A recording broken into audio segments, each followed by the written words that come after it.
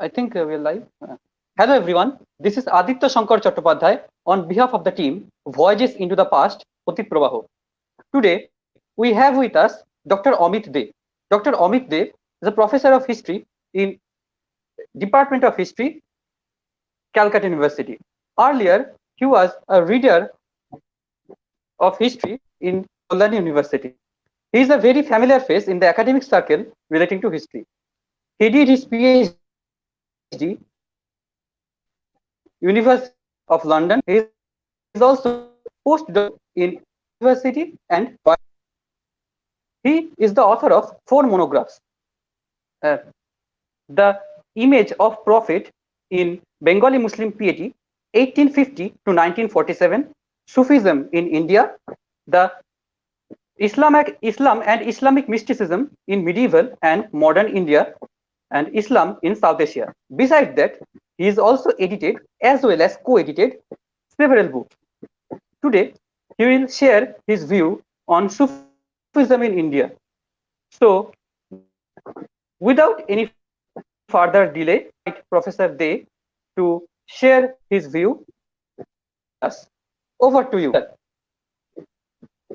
Thank you very much, Aditya, for a very generous introduction. I'm also particularly grateful to Sombit Rai Chaudhuri, who contacted me on behalf of Voyages into the Past and asked me whether I'm prepared to share my views on any area related to my research. So then I instantly responded. I was very much impressed to see the enthusiasm of this very young group of budding scholars, mainly representing Presidency University. So I decided to speak on Sufism in the South Asian context.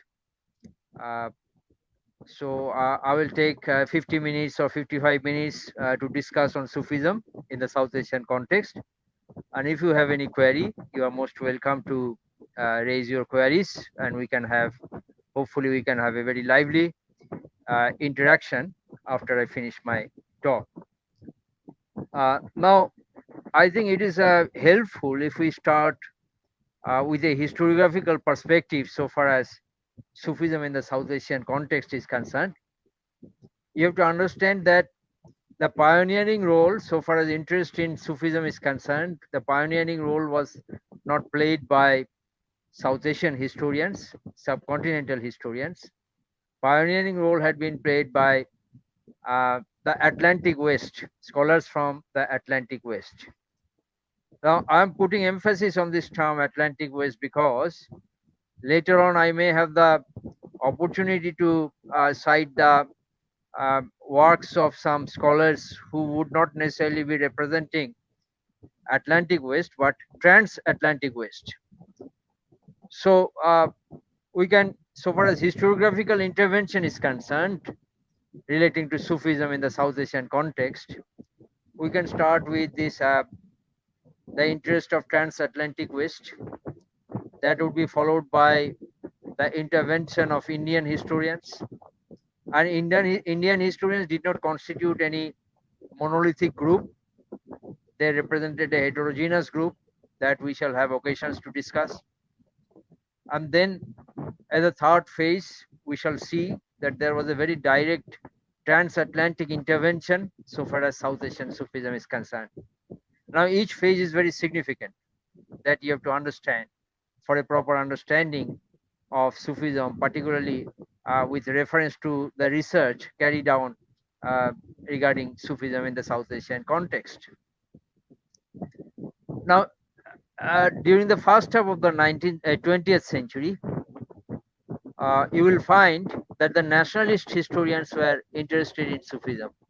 We shall explain why. And in the immediate aftermath of partition and independence, we see that left historians also showed interest in Sufism. We shall again discuss why. But whether they are nationalist historians or left historians, they were Indian historians. But we should start before that period, when we see, as I have already indicated, transatlantic interest in Sufism. Then we noticed scholars mainly from Germany, France, England have shown interest in Sufism.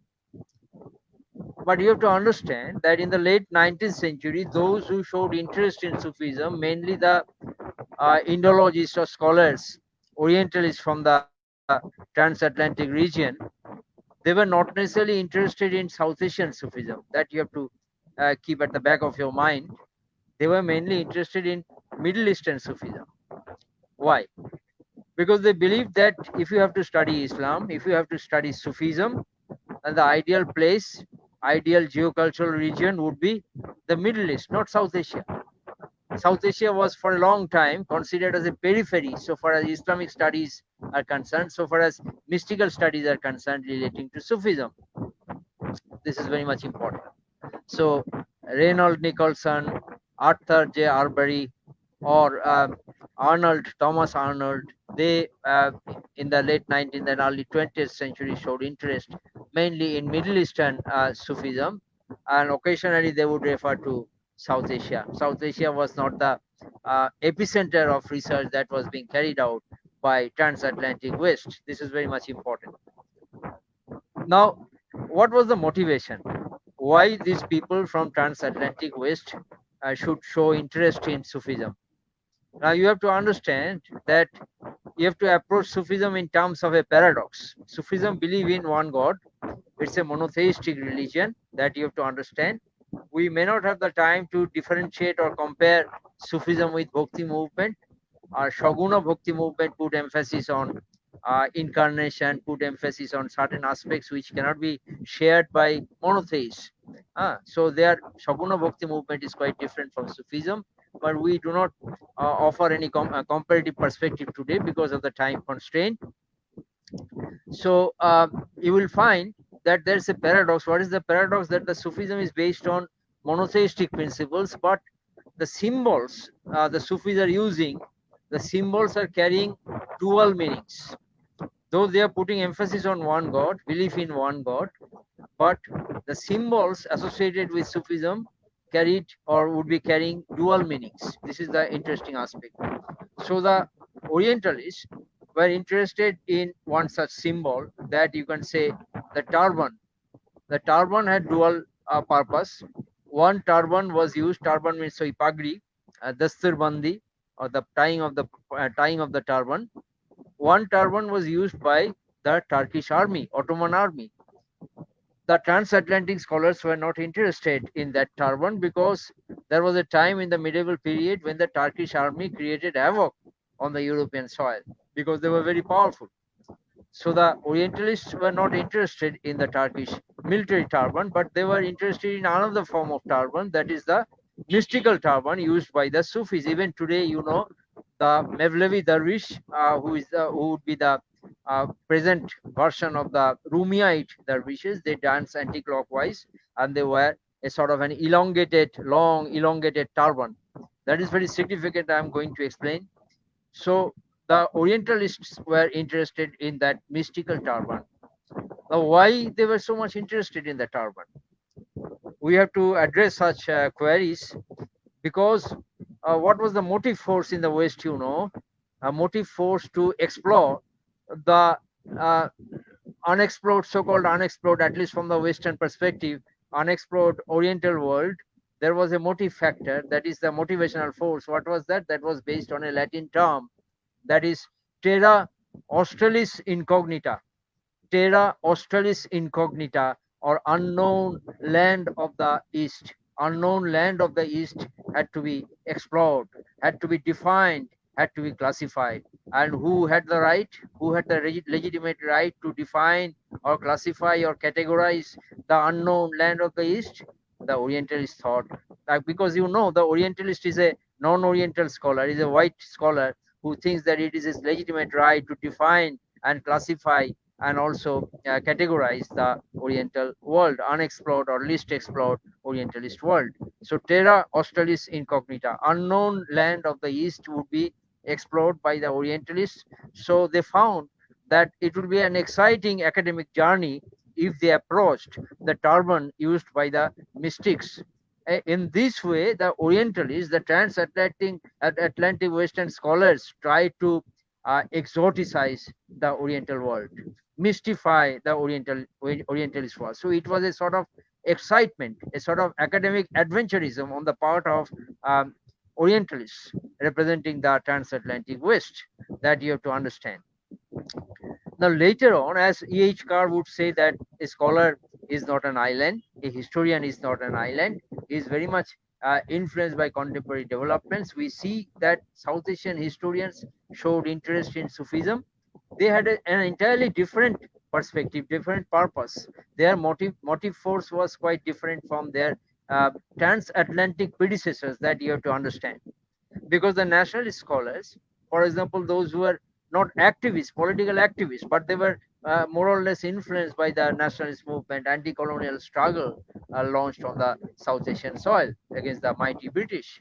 So these scholars could be uh, Rizvi, Soyod Athar Abbas Rizvi. These scholars could be K.N. Nizami, the great Allegorian historian. Rizvi once upon a time was an Allegorian as well. Rizvi, Nizami, and various others who were not directly associated or with any political program, but they were influenced by this nationalist movement, like the great historian Satish Chandra, who was for some time Allegorian as well. So these scholars, because they were very much shocked to see the vivisection of South Asia, partition of South Asia. Our independence was characterized by this bloody partition. So they were trying to explore harmonizing forces from the past. And you have named, rightly, you have named your society the voyages into the past. So these people thought that they would explore the past in terms of its harmonizing potentiality, and they found that Sufi movement or Bhakti movement were institutions which played a syncretizing role so far as South Asian past is concerned, and that would be helpful to maintain the integrity of India, because there was already a vivisection of India. India was divided, India was partitioned, so this was the memory of independence. So that process should be halted by carrying out research on harmonizing forces, on syncretizing forces through which they would be able to challenge the two nation theory that was being represented by Muslim League and staff, and also the divide and rule policy that was being represented by the British. So in this way, they made it their mission to explore the harmonizing forces from India's past, so that India's unity can be maintained. Further balkanization process can be halted by carrying out research on the harmonizing elements, composite cultural pluralistic elements in Indian society, and they found Bhakti and Sufi movement were such movements which will bolster these syncretizing elements in Indian society and culture. So this is the thing.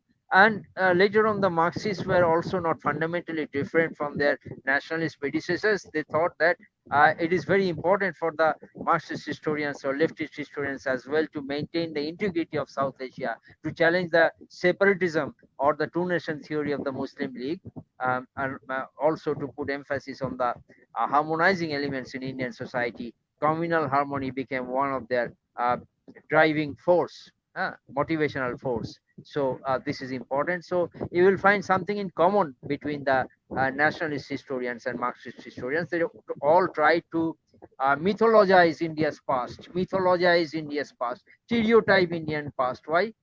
Because they just as an axiomatic truth, they found that Sufi movement was one such movement which will bolster the harmonizing process in Indian society.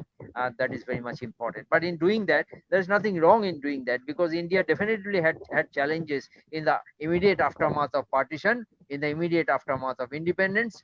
But in doing that, they often ignored the complexities associated with such movements like the Sufi movement, such institutions like Sufism. They ignored the complexities associated with Sufism, because complexities, discussing or carrying out research on the complexities also involved or also implied that many critical controversial issues will surface. They wanted to avoid such critical or controversial issues. because they were all said to put emphasis on the harmonizing forces of Indian history. That you have to understand. And if you just carefully study who played a pioneering role, either nationalist or Marxist historians, to carry out research on the Sufism with emphasis on the harmonizing role of the Sufis, you will definitely notice that this sort of research were being carried out in the central universities, because in the central universities during the rudimentary stage, there was an emphasis on research projects which will put emphasis on the harmonizing aspect of Indian society and culture.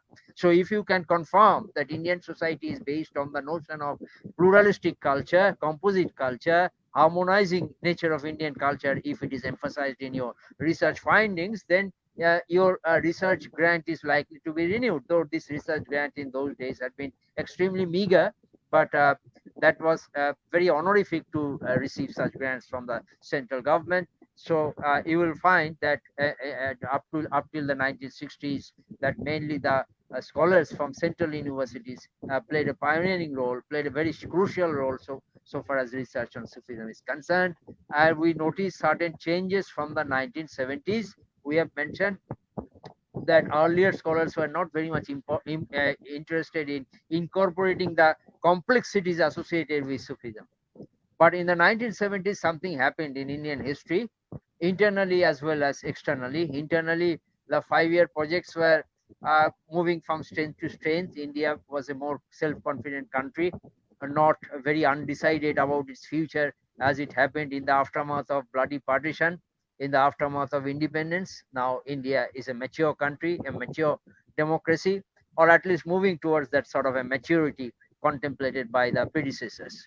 So under such circumstances, in the internal history, you see the launching of 5-year plans, which had been moving from strength to strength, as we have already mentioned.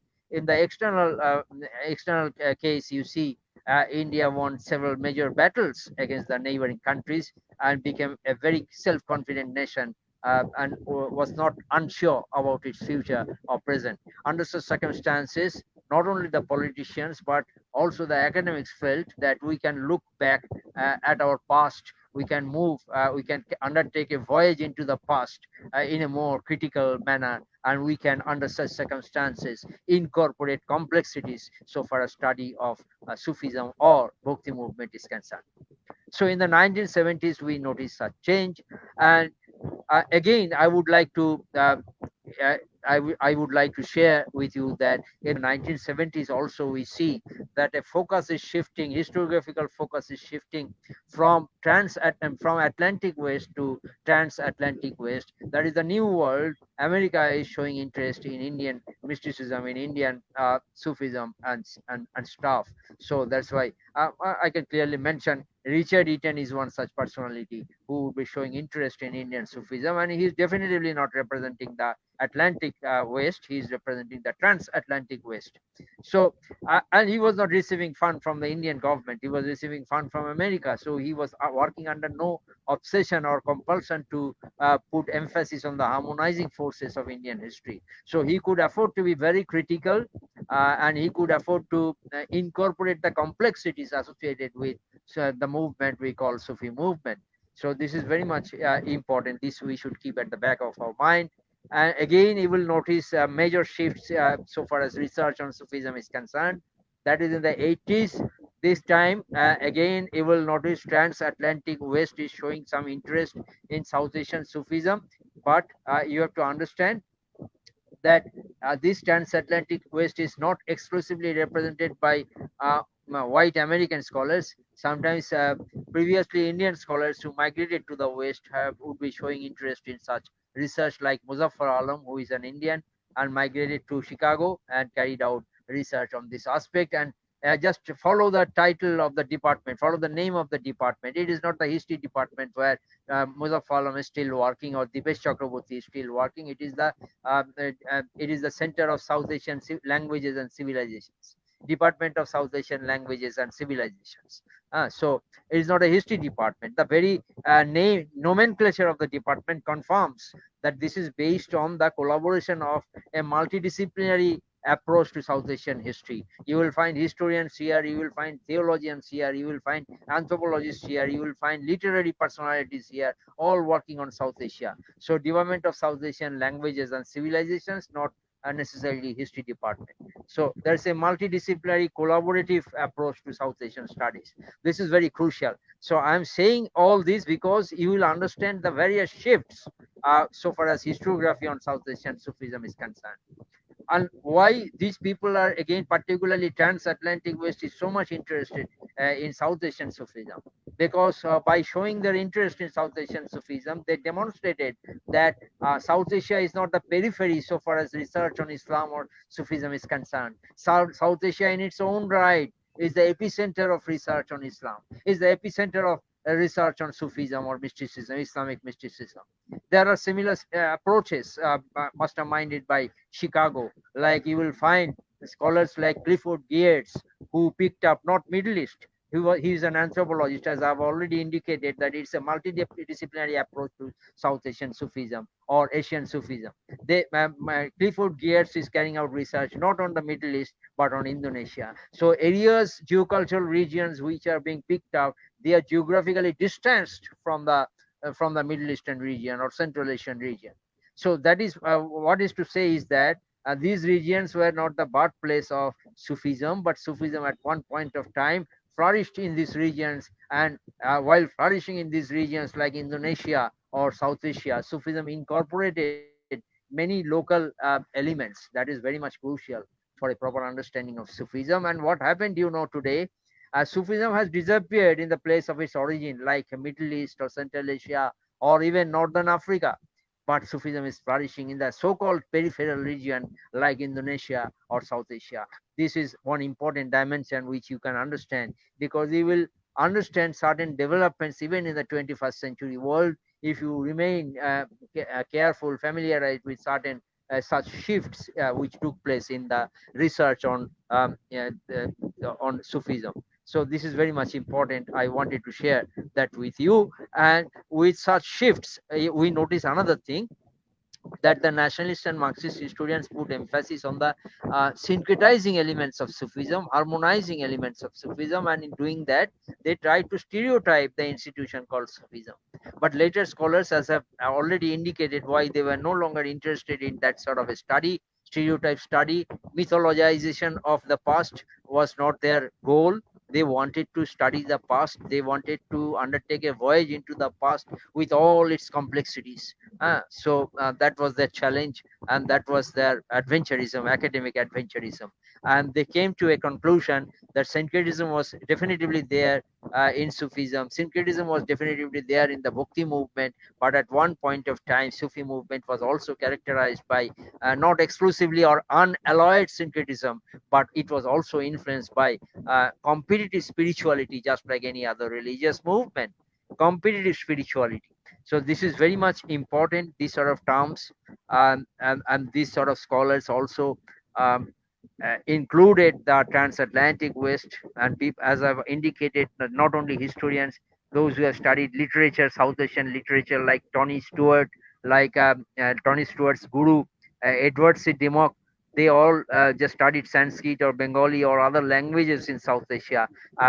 They also approached Sufism from a very literary perspective, and they put emphasis on the very Tatshama Shabdo, and try to highlight the hermeneutic motif that influenced the scholars, Sufi scholars of South Asia. So this is an important finding, this application of hermeneutic model so far as research on South Asian Sufism is concerned. So far I have discussed very briefly though, the historiographical dimension of Sufism, and now I will try to justify my argument, that is my hypothesis, which I have so far shared with you, by demonstrating or by offering some illustrations, because history remains incomplete if you fail to provide just references or fail to provide examples or illustrations, because that is the responsibility of the historians. Unlike the literary personalities or other branches of social sciences, we are obsessed with this fact that you have to, at the end of the day, cite examples to bolster your argument, to bolster your hypothesis, which you have shared in the initial phase of your discourse. That I'm going to do now. For example, uh, while stereotyping Sufism, the scholars I have mentioned, particularly the earlier scholars, the nationalist and Marxist historians, they try to put emphasis, they try to homogenize the Sufi movement. I have mentioned that they ignored the complexities of the Sufi movement. They were not that interested in the heterogeneous aspect of Sufism, because they thought that they will feel uncomfortable if they studied the heterogeneous elements within Sufism, particularly when India was facing the challenge of nation building in the aftermath of vivisection, bloody vivisection. Then, under such circumstances, it's better to homogenize movement, or to mythologize the Sufi movement as a harmonizing element. But and while doing that, they found it easy to pick up examples from the Chisti Sufis, because almost unarguably the Chistis were the most liberal and syncretizing Sufi silsilahs of South Asia. And again, it is easier to prove that the Mughals were very close to the Chistis. As you know, Selim Chisti was very close to Akbar. And Akbar had Jahangir. Akbar believed because of the blessing of Selim Chisti. I'm just giving you one example. And once upon a time, even Jahanara, the beloved daughter of Shah Jahan, also wrote a manuscript in honor of venerating Moinuddin Chisti of Ajmer, who was the doyen Chisti Sufi of South Asia. So I could have carried on, but I think these two examples would suffice, that the Mughals were very close to the Chistis. So that's why the nationalist and Marxist historians thought, like Sayyid Nurul Hasan, the governor historian of Bengal, as you know, in the 20th century, late 20th century, they believed, they put emphasis on this Mughal state, who had been very close to the Chisti Sufis. So what we find in this sort of a gesture, there's a Chisti-centric approach to research. Chistis, they were obsessed with the Chistis. They were obsessed with the Mughals. They were obsessed with the North Indian Sufism. Though Rizvi, a nationalist historian, Rizvi's book, title of his book is A History of Sufism in India. Virtually, this is not the history of the entire India. This is the history of northern India, because you will find that he is mainly sharing with you the characteristic features of Sufism that flourished in northern India. So a North India centric approach, a Mughal centric approach, characterize the works of these nationalist historians, and to some extent the Marxist historians, because they were the integrationist historians. They had integration as a challenge. Integration was in their mind, and naturally so, because in the aftermath of partition, that was the prime concern of the historians or the academics in the aftermath of partition and the aftermath of independence. So they had a all India perspective. They had an all India perspective. So this is very much important. But if you look at the title of Richard Eaton's book, the Transatlantic Intervention in Sufism, if you carefully follow the title, for example, Sufis of Bijapur, the term India is missing here, unlike Rizvi's book, or unlike the governor historian Sayyid Nurul Hasan's book, unlike Satish Chandra's book. You will find that the name India, that India is missing in the title. So Sufis of Bijapur. Bijapur is a region. This is appearing in 1978. That is, he was carrying out his research throughout 1970s, which confirms my hypothesis that there's a major shift in research relating to Sufism in South Asia. Richard Eaton is the transatlantic Western brain who is representing this change. And then in the early 90s, Richard Eaton would be writing another major work, another major book. This time it is Rise of Islam and the Bengal Frontier. And again, India is missing. So Bengal is focused here. Bengal is another region. So Richard Eaton is consistent in his focus on the region so far as research on Islam or Sufism is concerned. So we notice another major shift from the all India perspective, from the North India perspective, from a Chisti-centric perspective to regional perspective. This is very much important to remember. And when you move to the region, you are in a better position to discuss the heterogeneous nature of Sufism. You are in a better equipped to discuss the complexities of the Sufi movement, which our predecessors have failed to do or did not intend to do. This is very much important. And my humble hypothesis is that if you study this under-researched silsila Qadriya, they would be faring very well, and they will not be lagging behind their Chishti counterparts, and the Chistis are very much highlighted by our academic predecessors, as I have already discussed that with you. So, in support of my hypothesis, I would say that these Qadriyas were very intriguing people. Not only the Chistis, who were very liberal in their attitude, the Qadris sometimes were very liberal in their attitude. They sometimes opposed music, but that does not mean that they were exclusively orthodox or conservatives.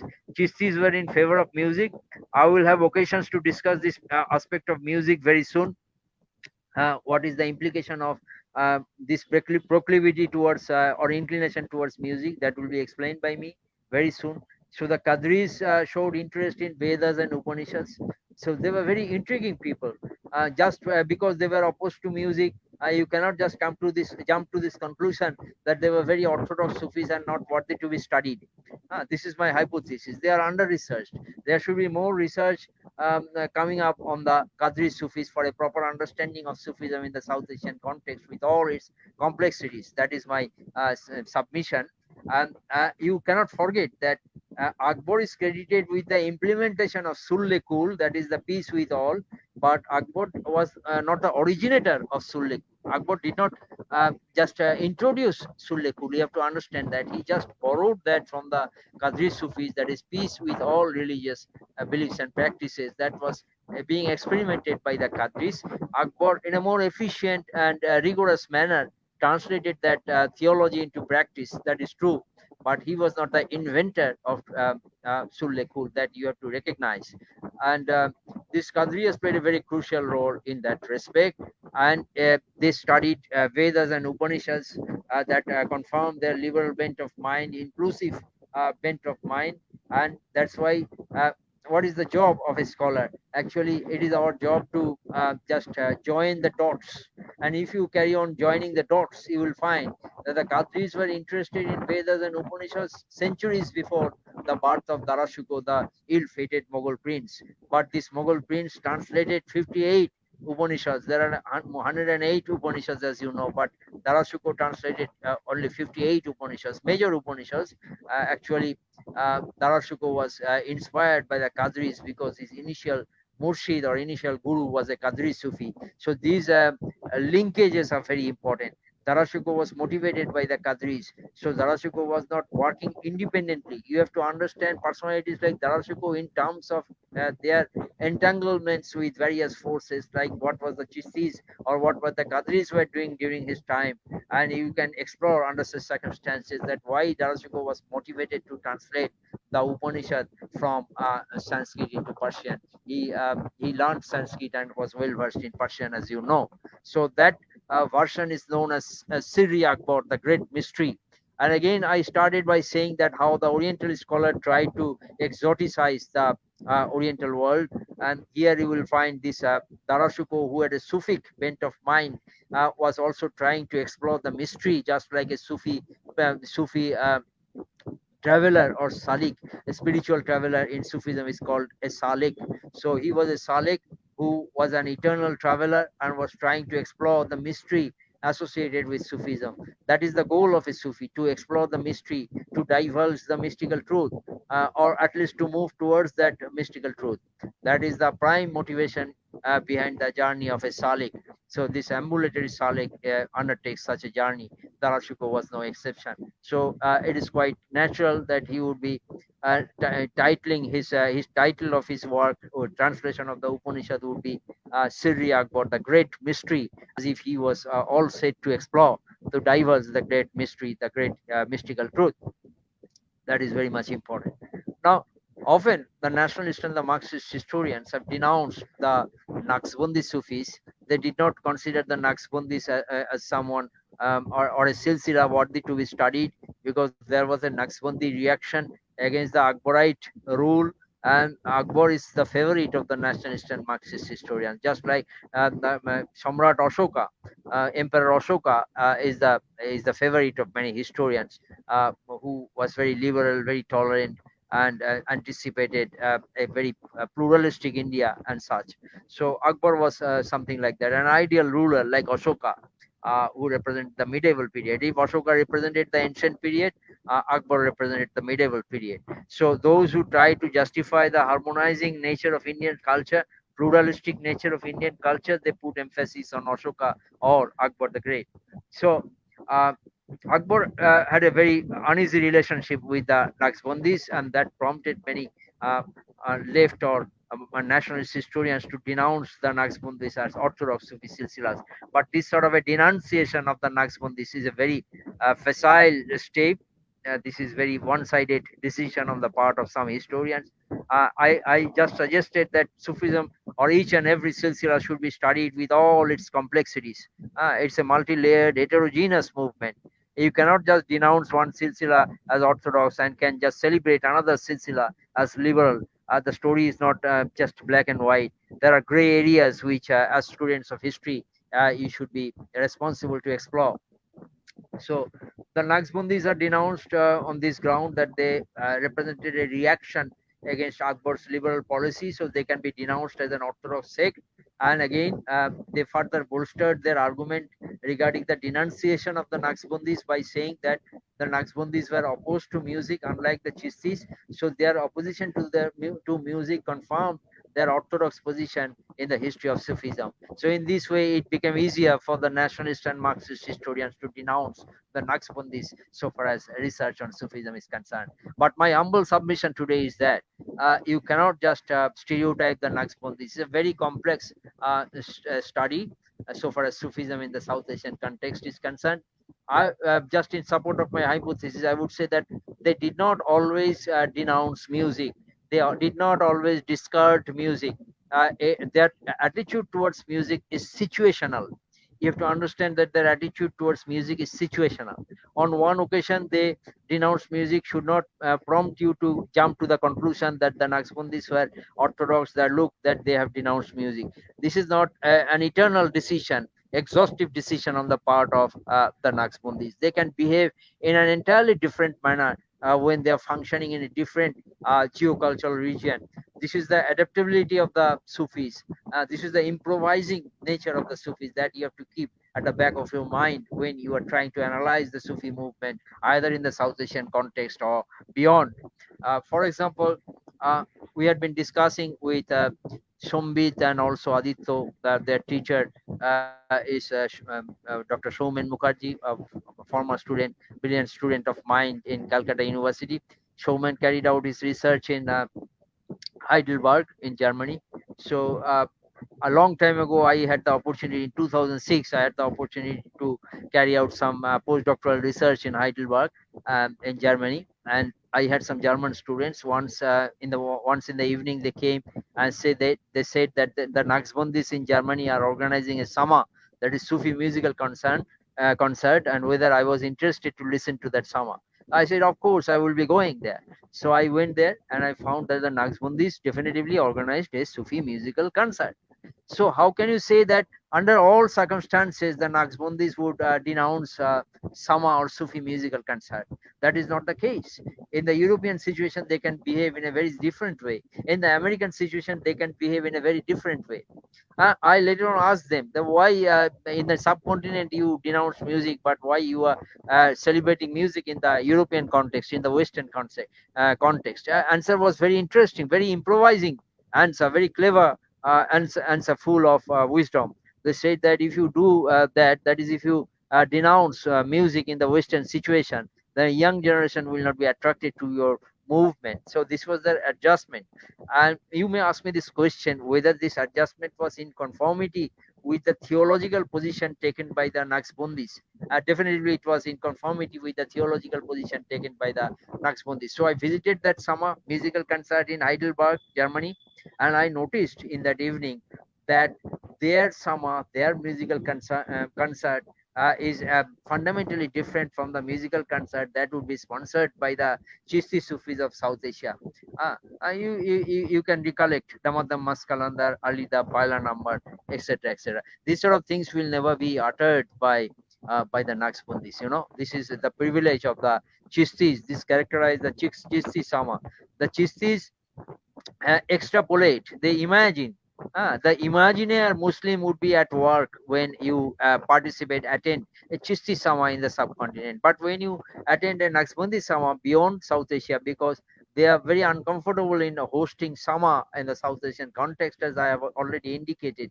But if you happen to take part in Naqshbandi Sama in places beyond South Asia, you will notice that this their Sama is fundamentally different from the Chisti Sama, because each and every, I also noticed on that evening, on that very memorable evening in my life, that the Naqshbandis selected each and every word either from the Quran or from the Hadith. There was not a single imagination, single storytelling, or not even a single word that had been selected beyond the Quran and the Hadith. So within the very religious framework, the Naqshbandis would perform sama or musical concert. So they will not indulge in fabrication, not indulge in imagination, improvisation, as to that extent where, if, for example, in Chisti Sama, you will find that Mirabai is not longing to be united with Krishna. Mirabai is longing to be united with Moinuddin Chisti of Ajmer, because Moinuddin Chisti of Ajmer is situated in Rajasthan, and Mirabai is also from Rajasthan. So Mirabai, in the fertile imagination of the Chisti Qawwali composer, is longing to be united with Moinuddin Chisti, Khaja Garib Nawaz, and not with Krishna. So this sort of the imaginaire of the poet, he will discover among the Chistis, but he will never discover such an initiative, an enterprise among the Naqshbandis. Each and every story they would select would be either from the Quran or from the Hadith. And not only the stories, but even each and word they would be selecting, that would be either from the Quran or from the Hadith. This is very much important, and that distinguishes Naqshbandi Sama from the Chisti musical concert. That uh, these sort of complexities were not studied by our predecessors, like the nationalist and Marxist historians. But nowadays, so far as research on Sufism is concerned, these dimensions are again and again being incorporated in the studies. And again, I cannot resist the temptation of citing another example. In the 18th century context, when you see Mughal degeneration, the degeneration of the empire, the empire is a political institution. When you see the dissolution of the political institution, when the void created by the dissolution of the political institution, that void was being filled up by the Naqshbandi theoreticians or theologians. This is very crucial, and this is an under-researched area so far as South Asian historiography is concerned. That is my humble submission once again. I will just give you one example, because I notice that time is running out for me. I have to discuss so many things. So under such circumstances, I will just cite one example, that in the 18th century, you say that there is degeneration, but there is not total degeneration. There was thus just a new type of vibrance so far as Naqshbandi movement is concerned. So when there was a political void, there was a theological uh, upsurge, theological resurgence so far as the Naqshbandis are concerned. So it's not a story of degeneration or decline for every institution. It was also a story of redefinition for certain institutions, like the institution of Naqshbandi Sufism centering around Delhi. For example, there was one very famous Naqshbandi Sufi, Mirza Mazar Jani Janan. Mirza Mazar Jani Janan practiced, applied something which is remarkable in the 18th century context. What is that? He coined a term that is very popular among the Naqshbandis, that is Tasawwur Sheikh, that is called Tasawwur. Tasveer is a portrait of someone. So that's from Tasveer you have Tasawwur. Tasawwur Sheikh. Sheikh means Sufi saint. So tasawwuri sheikh means that you are, while you are imagining the face of your murshid or your guide, spiritual guide. This is the understanding. So very enthusiastic followers of Mirza Mazar Jani Janan, a very famous 18th century Naqshbandi Sufi of Delhi. His very enthusiastic Muslim followers said that, why don't you convert your Hindu followers? He had both Hindu and Muslim followers. So why don't you convert your Hindu followers? They are idolaters, and they should be converted into Islam. This was the conclusion of some of his very enthusiastic, or rather over enthusiastic, Muslim followers. Then what was the response of Mirza Mazar Jani Janan. Look at the response. So Mirza Mazar Jani Janan had the wisdom to understand that this was the period of Mughal decline, and Mughal decline implied that patronage will also disappear. So far as the sustenance of the Naqshbandis are concerned, they will no longer be receiving the patronage of a powerful empire, because the empire itself was in a declining phase. Under such circumstances, what was the alternative? How the void could be filled up? So he was thinking about that. And under such circumstances, when there was no patronage possible from the empire, declining, degenerating empire, he was thinking about a Hindu-Muslim rapprochement, so that they can encounter that crisis of the 18th century. So under such circumstances, he had his projects. He tried to translate into practice some of the practices of the Naqshbandis, which assume new meaning in the 18th century context of decline, degeneration, and crisis. So this is very much important. So what was his suggestion? He said, no, we shall carry out one experimentation. You are saying, my Muslim followers are saying that why don't I convert my Hindu disciples? I Let us do some experimentation. He asked all the Muslim enthusiastic followers in a room, and that was a very common Sufi practice. And he asked them to think about religion. They started to think about religion, and he said, then you close your eyes. They closed their eyes, and after some time they opened their eyes, and he asked that, did you see anything when you started to think about religion? And all of them responded by saying that at the moment we started to think about religion, your very sacred pious face appeared in our imagination. Then the wise Sufi Mirza Mazar Jani Janan instantly responded by saying that, then you are all idolaters, because when you are thinking, being a representative of monotheistic religion, when you are supposed to think about religion, you are not supposed to think about any human face.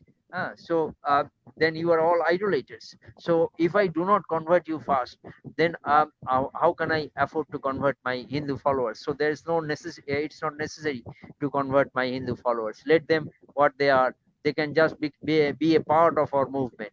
So this was the dialogue, interfaith dialogue, that was being sustained by the Naqshbandis in the 18th century context.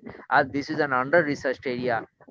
We have very easily just denounced the Naqshbandis as orthodox elements. We never studied the Naqshbandis played a very harmonious role in South Asian context. So in this way, we can carry on challenging some of the stereotypes shared by our academic predecessors who carried out research on Sufism, particularly the nationalist and Marxist historians. So this is one important dimension that you have to remember. Another thing is that you have to understand that uh, by studying only royal sources, courtly sources left behind by court historians, you cannot reconstruct the socio-cultural past. You are an important institution of young people, very young people. I'm very impressed by your mode of functioning, because we are living in an area, in an era when people are no longer interested in these sort of serious studies. But you, like Shambhid and Aditya, you have asked me to share my views on very serious topic like Sufism, and that's why in your voyages into the past, it is very important to study that you cannot reconstruct the past by exclusively relying on court histories left behind by court historians who were sponsored by great emperors. But if you have to study, if you have to chronicle the everyday life, the everyday emotions, aspirations, and also the frustrations of the common people, you have to consult uh, unconventional sources, sources which were not sponsored by great emperors, such as unconventional sources such as poetry and music left behind by the Sufis, like maktubat, letters exchanged between Sufi saints, like malfuzat, that is the table talk involving the Sufi saints, like tazkira, or the biographies of the Sufi saints. These sort of sources are replete with examples of everyday society, everyday life of the common people. But the royal historians were mainly engrossed with the life of the exceptional people, like the royalty, like the nobility, etc. But this time, you can spill over to the lives of common people. Their everyday lives had been encapsulated in these sort of unconventional sources. So these were written in Persian, but these Sufis were also prepared to interact more and more with the common people in the vernacular language. That's why this is the interesting dimension. So they were the intellectually they were the amphibians, the amphibious people. In a sense, this is the term I'm using for your convenience, because they maintained a linkage between the classical and the non-classical, the classical and the popular. When they wanted to outreach towards the reach the people, common people, then they relied on vernacular languages. That's why it is not surprising that Nizamuddin Aulia is instructing his disciple Amir Khusru, the doyen of Indian Qawwali, that you should converse more in the local Purvi dialect with the local people. So this is the recognition of the vernacular language, recognition of the vernacular language and the local language. This is also a recognition of the identity formation process of the common people. The Sufis were in this way were not exclusively elitist. They were very humane. They were spiritual. They were liberal, broad-minded, inclusive. They were prepared to incorporate, or at least they were prepared to spill over to the everyday life of the common people. So this is very important role played by the Sufis in medieval India. Another dimension you may ask, that why Sufism disappeared in the North African countries, and also in the Middle East or Central Asia, but it is still thriving in South Asia. There should be an answer to that. I should be prepared to respond to such a query, and I have a humble submission to safeguard my position. I will fortify my position. I would say that in India, one doctrine, Sufi doctrine, became very popular. That the Spanish Sufi Ibn al-Arabi's doctrine of Wadatul Wajud, that is, everything is he, God is reflected in everything, hama ust, that is, God is reflected in everything. If God is reflected in everything, God is also reflected in a non-Muslim. So how can you denounce a non-Muslim as a kafir? So in this way, there was an approach there was an attempt to incorporate people from different walks of life, people from different faith zones and stuff. So this was a liberal, broad-minded, inclusive, rational attitude, pragmatic attitude of the Sufis, who believed in a harmonious society, in interfaith dialogue. So in a pluralistic society, in a composite culture, that was very contextual, that was very appropriate for the Indian situation. So that's why Sufism could adjust with local circumstances. But Sufism could not maintain its uniqueness in Central Asia, Middle East, or even in North Africa, because they could not maintain their distinct identity in these regions. This is my analysis of the problem regarding their dissolution in North Africa or Middle East. They followed another doctrine. That doctrine is based on a little bit exclusivism or differentiation among different faith zones. This is very much important. I'm not elaborating because time is running out for me. I'm supposed to just wind up now.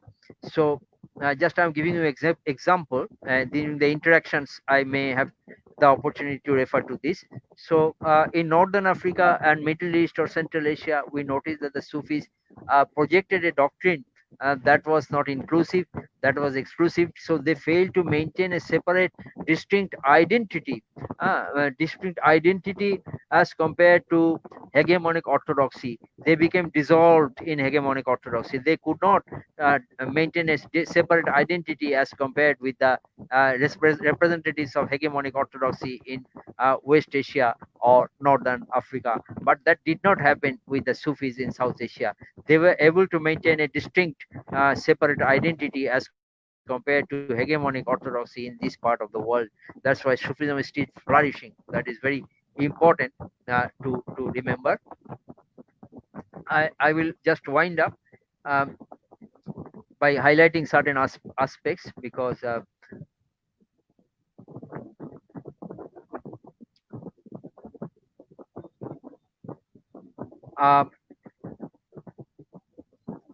while studying Sufism, you also what has been ignored by our predecessors, academic predecessors, like the nationalists and the Marxist historians, is that uh, I've already indicated that they have ignored the complexities. Why, I have also shared with you.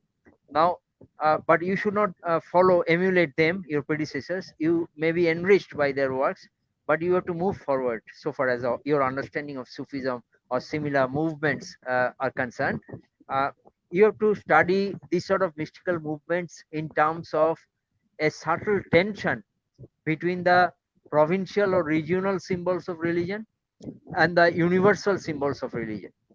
This is an area mainly untouched, left untouched by our Marxist and nationalist predecessors.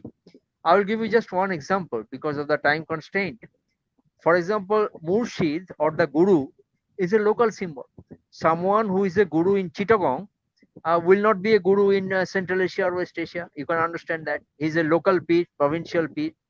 So he is the symbol of local identity formation. He is the symbol of local religion. He is the symbol of local Islam, popular Islam.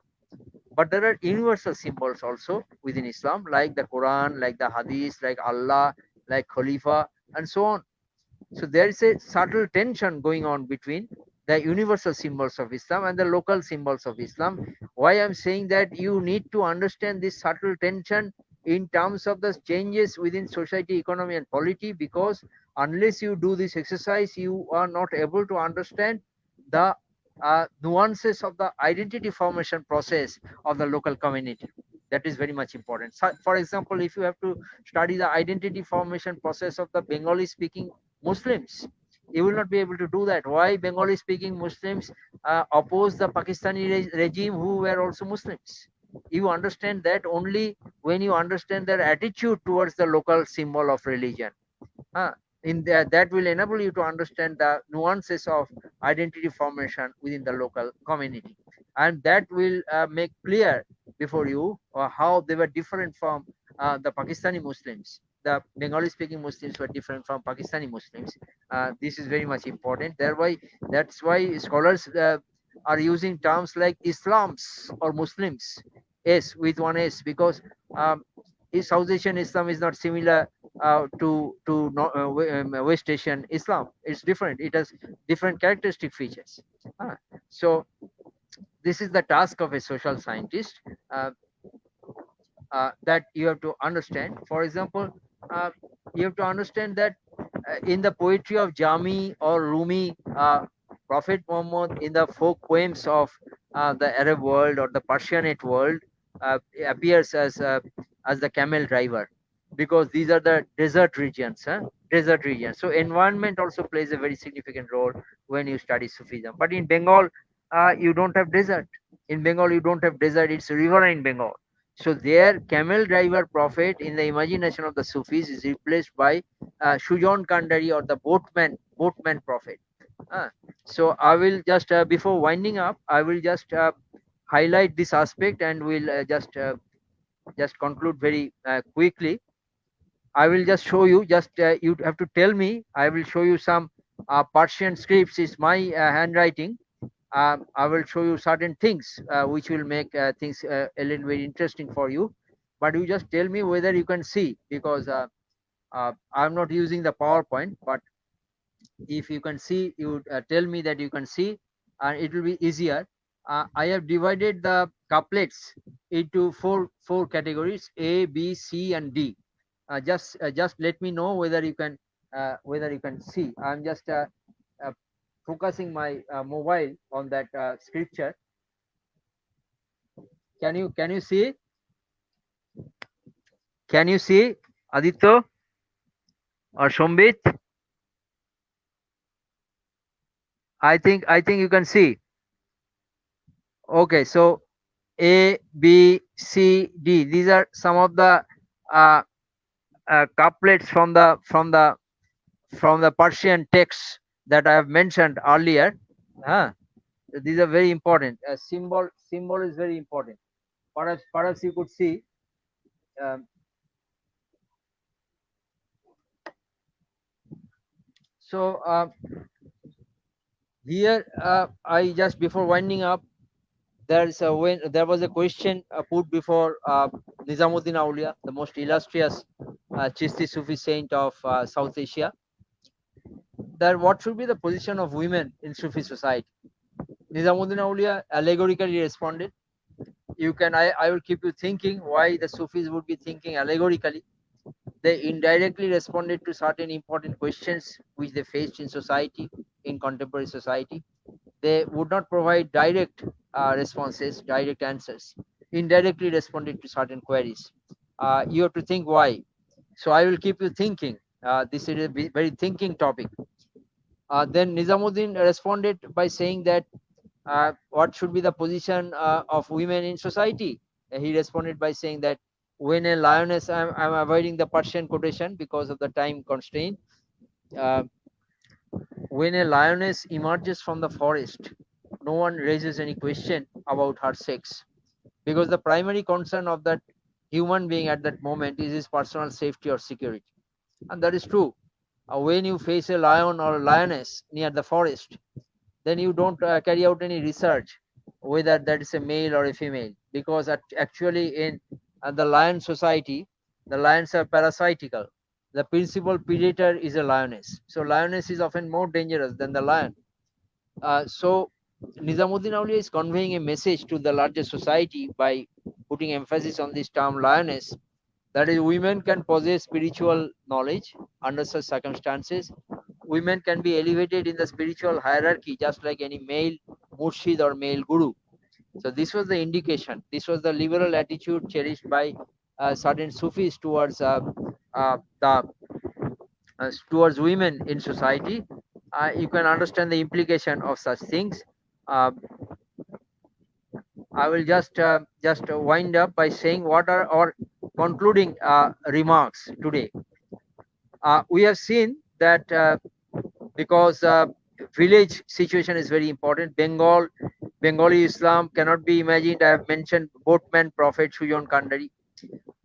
You cannot exclude rural Islam if you have to imagine, contemplate South Asian Islam, because Bengali speaking Muslims constitute one of the largest Muslim communities in the world to have an agrarian base.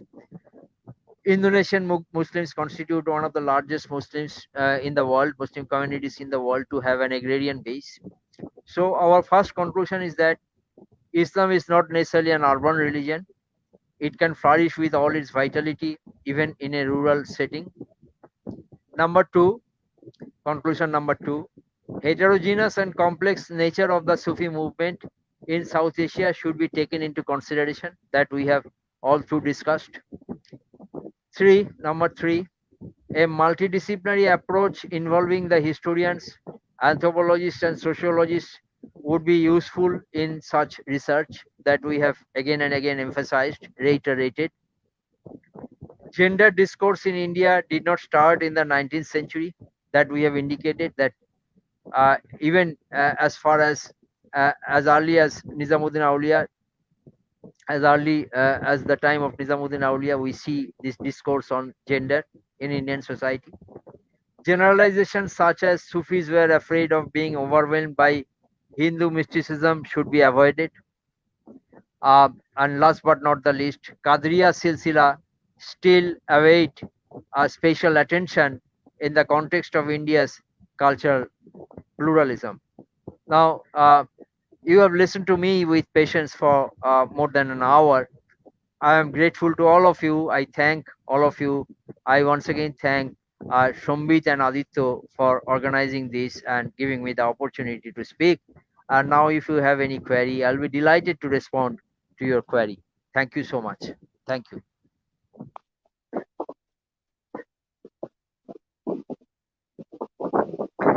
Thank you, sir, for such wonderful lecture.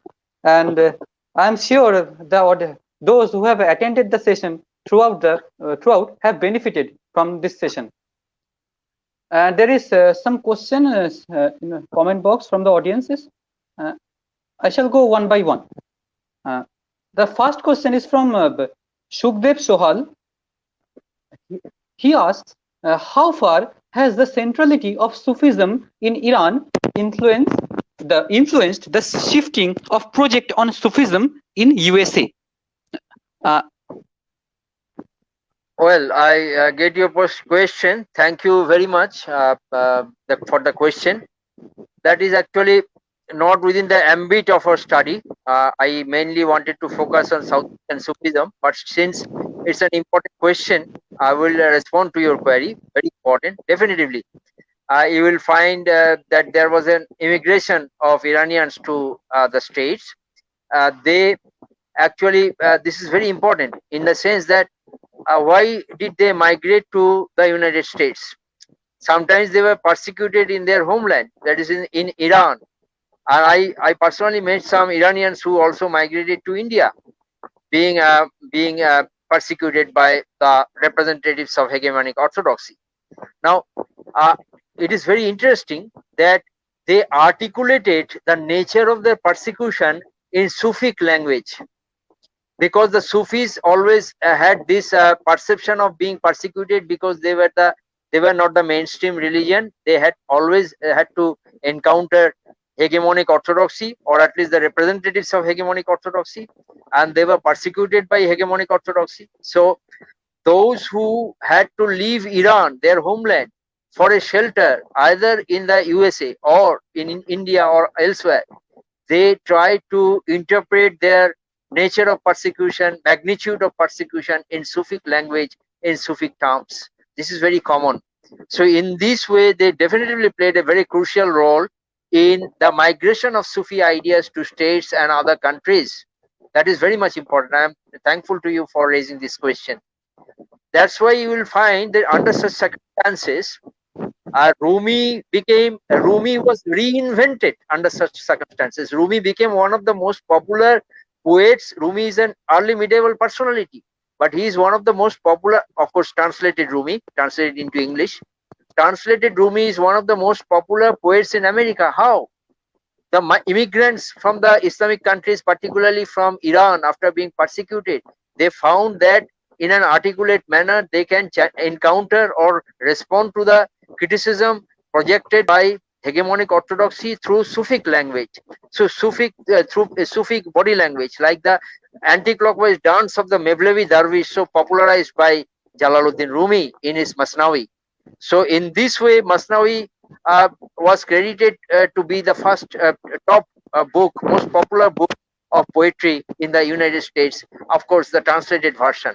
So in this way, the Mevlevi dance is actually a physical challenge, symbolic challenge to hegemonic orthodoxy. Dance and music, I did not get the chance, but dance and music pose a serious challenge to hegemonic orthodoxy. Gandhi was aware of that, and Gandhi had connections with this Persianate culture. I do not have the time to delve deep into that.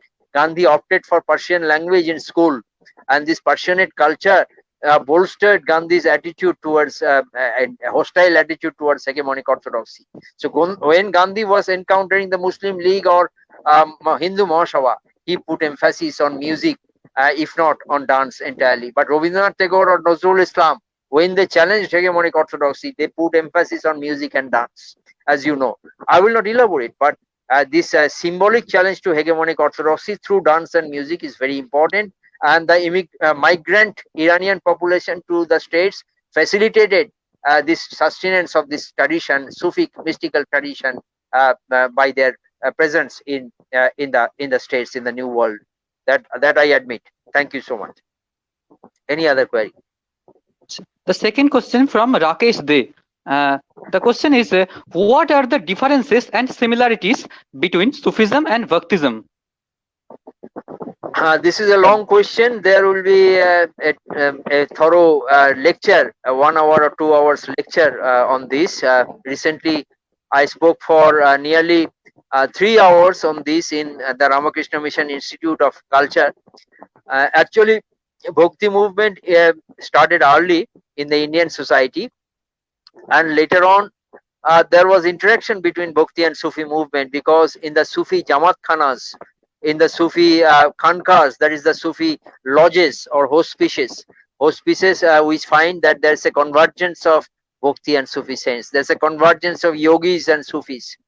So, for example, Nizamuddin Auliya practiced pranayam.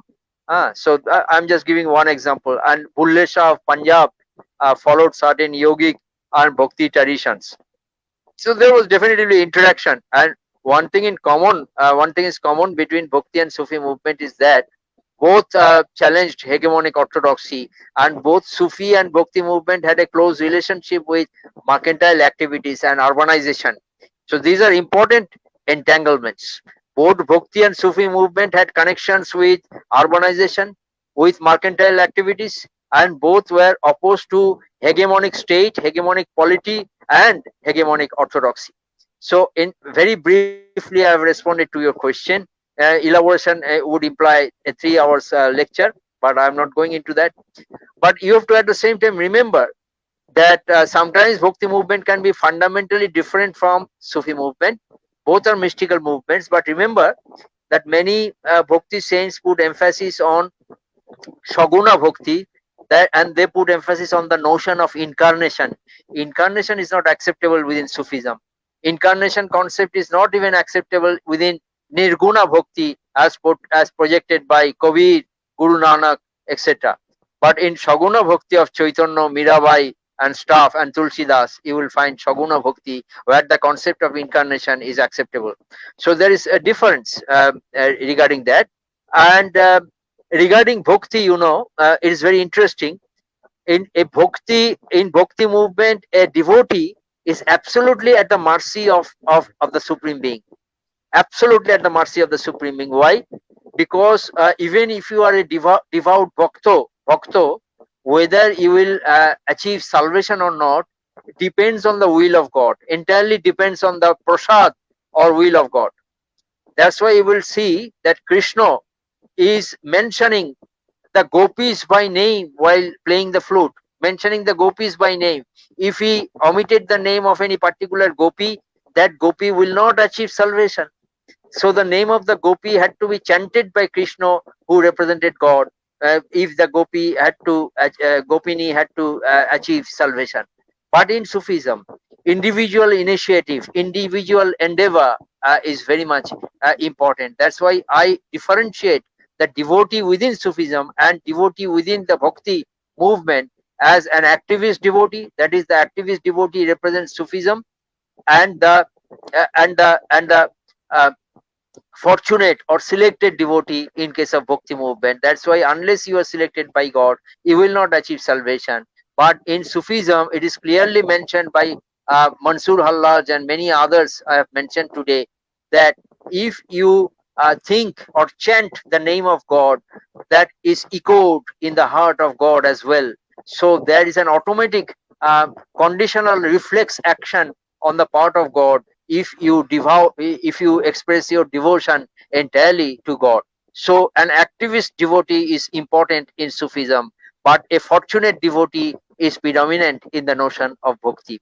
So in this way, you can carry on just drawing the demarcating line between bhakti and Sufi movement. I will stop here regarding the bhakti Sufi comparative study. Because of the time constraint, there could be other questions. Yes, Aditya.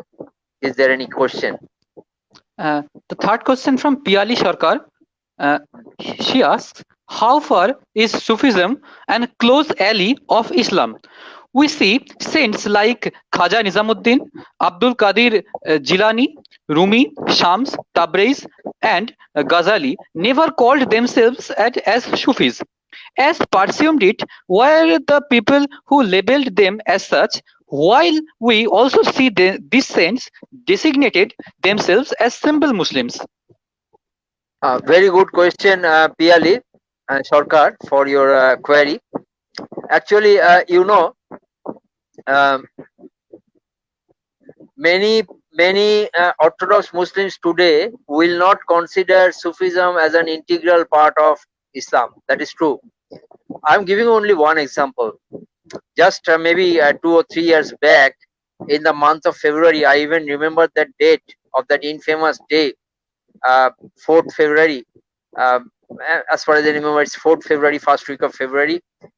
Several people had been offering their prayer in a mosque in Cairo, and some 300 people had been massacred while they were offering their prayer in a mosque.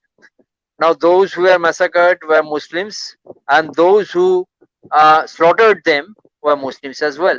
Why?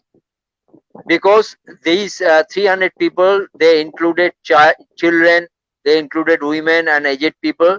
These 300 people who were praying in a mosque, they represented mystical Islam or Sufism. They were Sufi oriented.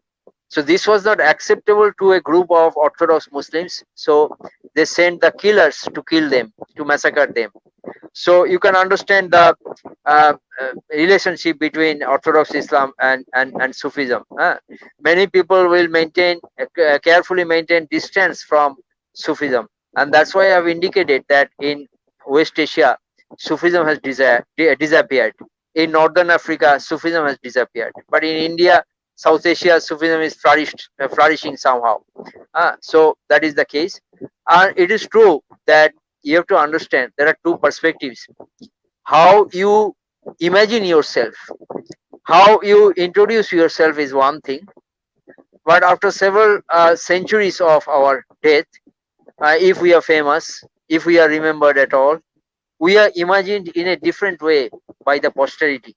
The posterity are often tempted to imagine the past in the context of the present, in the context of their contemporary time. So that is very much crucial. So the posterity wanted to imagine Jilani and others as Sufis because they could explore commonalities between Jilani and Sufi, basic tenets of Sufi practice. So this is the thing. And Nizamuddin Aulia was a Sufi, and he did not deny the term, and the very term Aulia actually confirms that he was Nizamuddin Aulia was a Sufi. Aulia is a plural from Wali. Wali means the friend of God. Aulia is an honorific term. That's why pluralistic term, plural term. So he was Nizamuddin Aulia. So there were some people who became famous, became legends during their lifetime, and came to be known as Sufis, and after death they were celebrated as saints. So, but actually you were right. Jilani, Abdul Qadir Jilani, etc. They were, I would use the term Alim Sufi. Predominantly they were Alims, that is the Molavi, later Sufis. You do not use the term Sufi Alim, you use the term Alim Sufis. So in that sense, they were first exposed to the details of scriptures, and then they developed mystical ideas. Actually, you are right. They were Alim Sufis in the sense that they wanted to bring about a harmony between the Sufis and the representatives of Orthodox Islam. But why? As a student of history, I suppose you are a student of history, you have to perceive the problem from the historical context. When these people were flourishing, there was a tremendous political crisis in West Asia. What was this crisis? That was the Mongol crisis. During that Mongol crisis, these people wanted to bring the orthodox and mystical elements closer to each other so that they can survive. Otherwise, if they carry out a fighting between themselves, internecine warfare will only enlarge the existing hole in the society. They wanted to just fill up that hole by certain things and by wisdom. So in this way, he wanted to create a common platform on which the representatives of orthodoxy and the representatives of mysticism could converge in the context of crisis that was being represented by the advent of the Mongols in West Asian society. So you have to read that crisis in that context. I have already discussed that in that context, in 18th century context of crisis, how Mirza Mazar Jani Janan had been acting. I have already mentioned. Very good question. Thank you. If there is any other question. There is a question from G. Krishnan. He asks, many have said that there is a connection between Sufism and Bauls. Would you to have your opinion on that? Very good question, Krishnan. I'm delighted by your question actually. Definitively. The Bauls trace their origin from the Chishti Sufis. Now, why do the Bauls of Bengal trace their origin from the Chishti Sufis? I've mentioned the Chishti Sufis. Chistis are favorably disposed towards music. I've mentioned that there are certain Sufi orders who are not favorably disposed towards music. The Bauls celebrate music and dance, as you know. I did not elaborate here. You might have watched the film by Gautam Ghosh, Moner Manush. You have, and you might have read, translated. I don't know whether you read Bengali. If you don't, you have translated. I have read the translated, I would assume, of translated version of Rabindranath Tagore's Gora. Gora novel is starting with a baul song. Khachar ভিতর অচিন পাখি কেমনে আসে যায় ধরতে পারলে মনো বেরি দিতাম পাখির পায়. This is a baul song, and the novel is starting with this song. And Rabindranath was also inspired by the Sufis and deputized his deputy Kitimon sent to carry out research on the Sufis. Definitely the Bauls trace their genealogical spiritual origin from the Chisti Sufis, because the Chistis also celebrate music and dance. So does the Bauls, and in this way, this pose a symbolic challenge to hegemonic orthodoxy. Because of their liberal nature, the Chistis are arguably the most popular Sufi silsilahs of South Asia. Similarly, because of their liberal, inclusive, music-friendly attitude, the Bauls became very popular. Very few people knew Raja Rammohn Roy, but Raja Rammohn Roy's contemporary was Baul Lalon Shah. Lalon Shah had hundreds of thousands of followers in the Bengal countryside. But Rammohn Roy and Sir Syed Ahmed Khan were known by very few people during their lifetime. So you have to spill over to the countryside. You have to spill over to the mystical elements. So that's why it's very important. And again, I didn't get the time. Fatima, the beloved daughter of Hazrat Muhammad, is very popular among the mystical elements, among the Bauls also. Damadam Maskalandar Ali da Pahla number. Ali is the husband of Fatima. Ali is the fourth caliph of Islam. Ali is also the symbol of mystical Islam. So mystical Islam is popular in the countryside, and scriptural Islam is popular in the urban pockets. I will leave you thinking why this happens. Anyway, a very good question. I appreciate that. Any other question, Aditya? Yes, sir. There is a question from Ushri Mukhopadhyay. She asks, if one of the prime objective Naqshbandi Sufi saints to attract you of Western countries towards their movement by organizing Sama, then why didn't they apply the same idea in South Asia? Ushri, very good question. Ushri was a favorite student of mine, completed her MPhil under my supervision, now teaching in several places, including West Bengal State University. Ushri, are you teaching in West Bengal State University still? You must be. Very good question. Actually, in India, you know, without subscribing to musical activities, it has been possible for the Naqshbandis to mobilize support, a huge amount of support in South Asia. But in the Western countries, in the context of the Western countries, it is very difficult to mobilize the young people if you exclude music. I interviewed some Jews in America. I interviewed some other Christian, very orthodox Christian groups in America. During my research in America, I asked that why do you subscribe to music? Because when you go to Israel, some of the Jewish communities do not subscribe to music. That they clearly mentioned that unless you subscribe to music, it is very difficult to mobilize the American youth towards either Christianity or Judaism. So in India, it's not a problem. They have a huge amount of followers within India, South Asia, I would say, because that would include Bangladesh and Pakistan as well.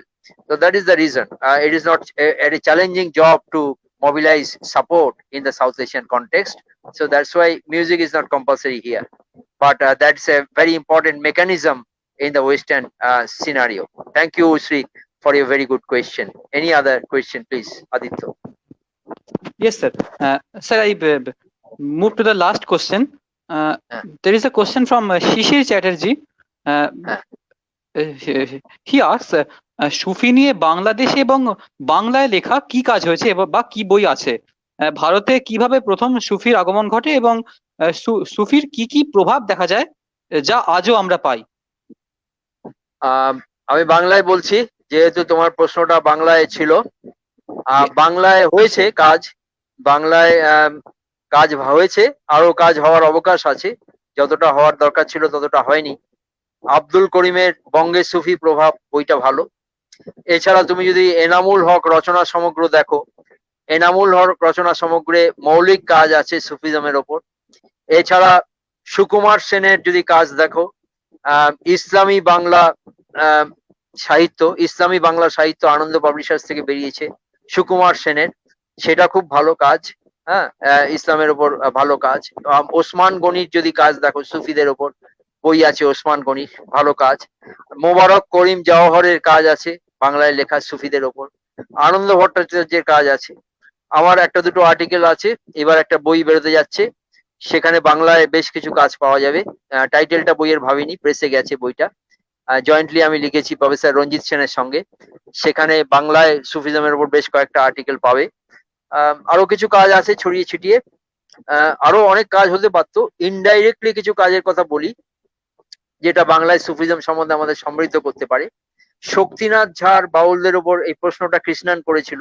Shaktinath ঝাড় বাউলদের ওপর ভালো ভালো কাজ আছে, সেখানে Sufism সম্বন্ধে ভালো ইঙ্গিত দেওয়া যায়। আর এছাড়া আরেকজনের সুধীর কুমার চক্রবর্তীর বাংলায় ভালো কাজ আছে। সুফিদের ওপর আলাদা করে না হলেও মরমী গানগুলোর ওপর ভালো কাজ আছে, সেখানে সুফিজম সম্বন্ধে আমরা অত্যন্ত গুরুত্বপূর্ণ উপাদান পেয়ে থাকি। এই কাজগুলো আমরা দেখতে পারি যেগুলো আমাদের সমৃদ্ধ করে। সুফিজমের প্রভাব এখনকার দিনে কিভাবে আছে এটা খুব সংক্ষেপে বলে শেষ করি। এই যে সঙ্গীত, আমরা যে কীর্তিমোহন সেন রবীন্দ্রনাথের লেখায় এই যে ধরনের হইয়া ধ্বনি মনিরে মাননা মনি, রবীন্দ্রনাথ বলছেন এই ভেরি কনসেপ্টটা কিন্তু সুফিদের থেকে এসেছে। দুর্বেশ কথাটা মানে হচ্ছে মতি তালাশ করনে ওয়ালা, এই মতি সে মতি নয়, এটা হচ্ছে একটা স্পিরিচুয়াল পাওয়ারের কথা বলা হচ্ছে। সুতরাং সেটা রবীন্দ্রনাথকে উজ্জীবিত করেছিল। সুতরাং রবীন্দ্রনাথকে বুঝতে গেলেও সুফিজম লাগে। আর রিসেন্টলি একজন পাঞ্জাবি স্কলারকে, সাহিত্যিককে জিজ্ঞেস করা হয়েছিল পাঞ্জাবি সাহিত্যের ক্ষেত্রে সব থেকে বড় প্রভাব কিসের, তিনি বলেছিলেন, একটুও না থেমেই বলেছিলেন যে সুফিজমের প্রভাব সর্বাধিক পাঞ্জাবি সাহিত্যের ক্ষেত্রে। তাই তো জগজিৎ সিং এই গানটা গেয়ে গেছেন, দিল সে বেহতর কোই কেতাব নেই, দিল সে বেহতর, এই দিল কেতাবের কথাটাও সুফিজম থেকে জারিত হয়েছে। আমি আরো অনেক উদাহরণ দিতে পারতাম, কিন্তু সময়াভাবে আমার মনে হয় এই কতগুলো উদাহরণই যথেষ্ট, তোমাদের কাজে লাগবে। আরেকটা বইয়ের কথা বলি যেটা তোমরা দেখতে পারো, এটা অনুবাদের কাজে আমি একটা প্রজেক্টে যুক্ত আছি। এটা ইন্টারন্যাশনাল প্রজেক্ট, বাংলাদেশ থেকে প্রজেক্টটা স্পন্সর করা হয়েছে। আহমেদুল হক রচনা বলি, বাংলায় বেরিয়ে গেছে। আহমেদুল হক হচ্ছেন বাংলার রুমি বলে পরিচিত। তিনি বাংলায় রুমিকে শুধু অনুবাদ করেননি, এবং সুফি ভাবাপন্ন অনেক সাহিত্য তিনি স্রষ্টা এবং রচনাও করেছেন, অনুবাদও করেছেন। সুতরাং সেই বইটা দেখা যেতে পারে, বাংলা আহমেদুল হক রচনা বলি, সেটা ইংরেজিতে অনুবাদের দায়িত্বে আমরা আছি, অনেকে মিলে কাজ করছি। এটা একটা joint project, Indo Bangladesh joint project. সুতরাং বাংলায় প্রচুর কাজ হয়েছে, আরো অনেক কাজ হওয়ার অবকাশ আছে। তোমার প্রশ্নের জন্য অসংখ্য ধন্যবাদ। Sir, I have also a request. Sir, can you show the Persian scriptures again? Because most of the audience if, did not see this clearly. We get Okay. such comments. Sure. I will show. Thank you, sir. Just a minute. Yeah. Just let me know whether you can see. Yes, sir. Can you see? Can you no, see? sir. It's very gloomy actually. Now? No, sir. Now?